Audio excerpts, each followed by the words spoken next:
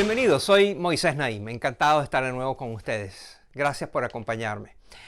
En mayo de este año, del 2020, un grupo de personalidades de fama mundial como Paul McCartney, Oprah Winfrey, Mario Vargas Llosa y gente así de alta visibilidad política, cultural, etc., escribió una carta abierta al presidente de Brasil, expresando su profunda preocupación por lo que le estaba pasando a los indígenas de la selva en Brasil, la población indígena.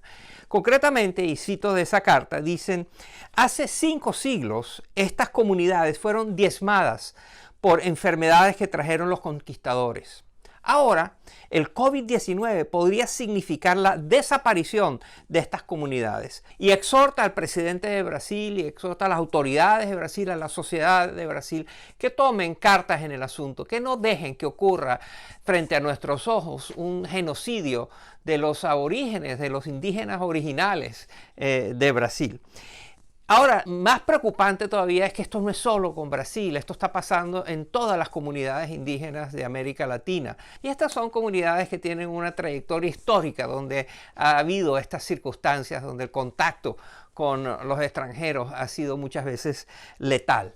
En el reportaje que les presentamos a continuación, los vamos a llevar por toda América Latina, mostrándoles lo que está sucediendo con las poblaciones indígenas, con nuestras poblaciones indígenas. Miren. En las profundidades de la Amazonia brasileña se encuentra Carauari, un municipio en el que viven cerca de 28.000 habitantes, la mayoría de ellos indígenas. Para llegar aquí se requieren 7 días de viaje en bote desde Manaus, la ciudad más cercana.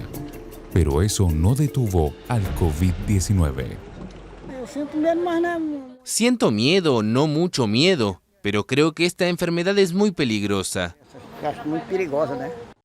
De la mano de turistas, mineros ilegales y explotadores forestales, el coronavirus llegó a pueblos como Carauari en toda la Amazonia. Según el Ministerio de Salud de Brasil, en el estado del Amazonas, el número de muertos por coronavirus por cada 100.000 habitantes es casi 5 veces mayor que la cifra para todo el país. Este patrón se repite en todos los países que comparten esta selva, como Colombia y Perú.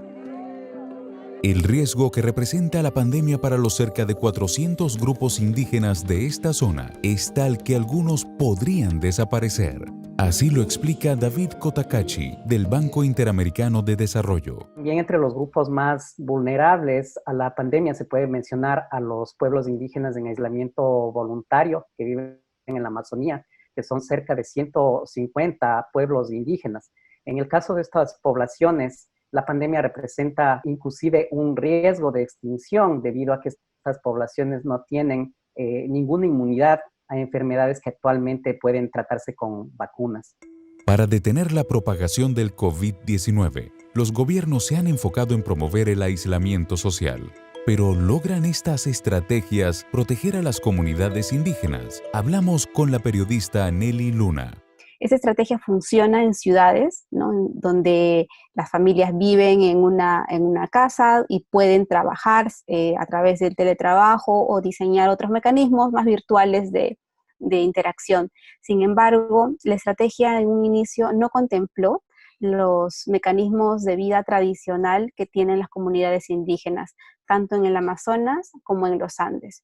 En ambos casos, las comunidades indígenas viven en núcleos familiares muy estrechos, muy fuertes y en espacios habitacionales muy reducidos.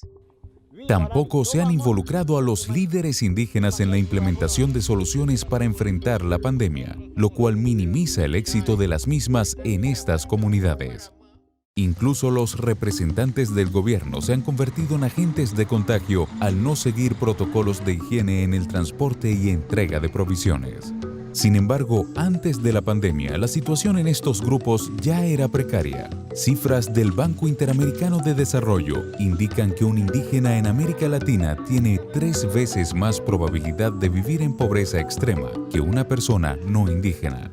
En estos lugares no hay un control territorial eficiente, y además son zonas donde permanentemente las actividades ilegales como el tráfico de madera, el narcotráfico y la minería ilegal han tenido el control de estos espacios. Entonces, esa combinación de ausencia del Estado, de falta de control territorial, de falta de infraestructura sanitaria, de no tener una estrategia sanitaria pensada en estas comunidades, se ha convertido en un cóctel mortal para muchas de estas comunidades. Para abril de 2020, en Leticia, la capital del departamento de Amazonas en Colombia, no había ni una sola cama con respirador, unidades esenciales para muchos pacientes de COVID-19. Y el problema se extiende más allá de la selva. Indígenas que han sido desplazados hacia las ciudades por la violencia viven confinados en espacios pequeños o en las calles, sin poder vender sus artesanías ni regresar a sus territorios. Muchas de estas comunidades no tienen acceso a servicios como Internet, de modo que alternativas como el comercio en línea o la educación virtual para los niños no son viables. Incluso en Estados Unidos, las comunidades indígenas han sido olvidadas por el Estado.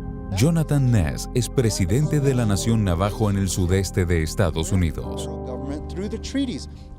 Hace más de 150 años firmamos el Tratado de 1868 y en él el gobierno federal hizo muchas promesas: atención médica, educación, infraestructura. Y a este día, ya sabemos, tenemos muchas promesas vacías y rotas.